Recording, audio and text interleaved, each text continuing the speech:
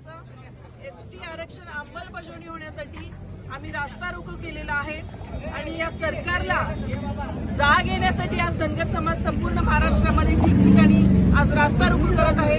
गेली 15 दिवस पंढरपूर इथे उपोषण चालू आहे धनगर समाजाचं, तरीही या सरकारने कोणतीही ठोस भूमिका घेतलेली नाही।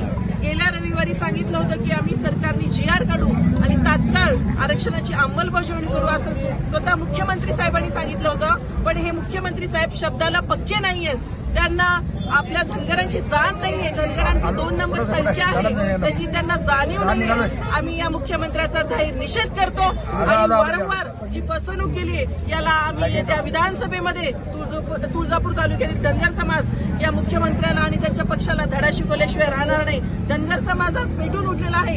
या 70 वर्ष झाल्या याच्यावर अन्याय करणाऱ्या समाजाला वंचित ठेवण्याचं पाप या तुम्ही राज्यकर्त्यांनी केलेलं आहे। शरद पवार साहेबांनी हे पाप केलेलं आहे, इतर सर्व नेत्यांनी हे पाप केलेले आहे। विरोधी पक्षाला पण आमचं आव्हान आहे, तुम्ही का धनगर समाजाकडे दुर्लक्ष केलात? पंढरपूर इथे उपोषण चालू असताना शरद पवारांनी उपस्थिती लावायला पाहिजे होती। आजपर्यंत कुणीही विरोधी पक्षामधला बडा नेता आमच्या पंढरपूर इथे गेला नाही, त्याच्यामुळे सर्व राज्यकर्त्यांचा मी जाहीर निषेध करतो। धन्यवाद। महाराष्ट्रातील ताज्या बातम्या पाहण्यासाठी आमच्या YouTube चॅनेलला सबस्क्राईब करा। इंस्टाग्राम आणि फेसबुकवर हा व्हिडिओ पाहत असाल तर फॉलो करायला विसरू नका। धन्यवाद।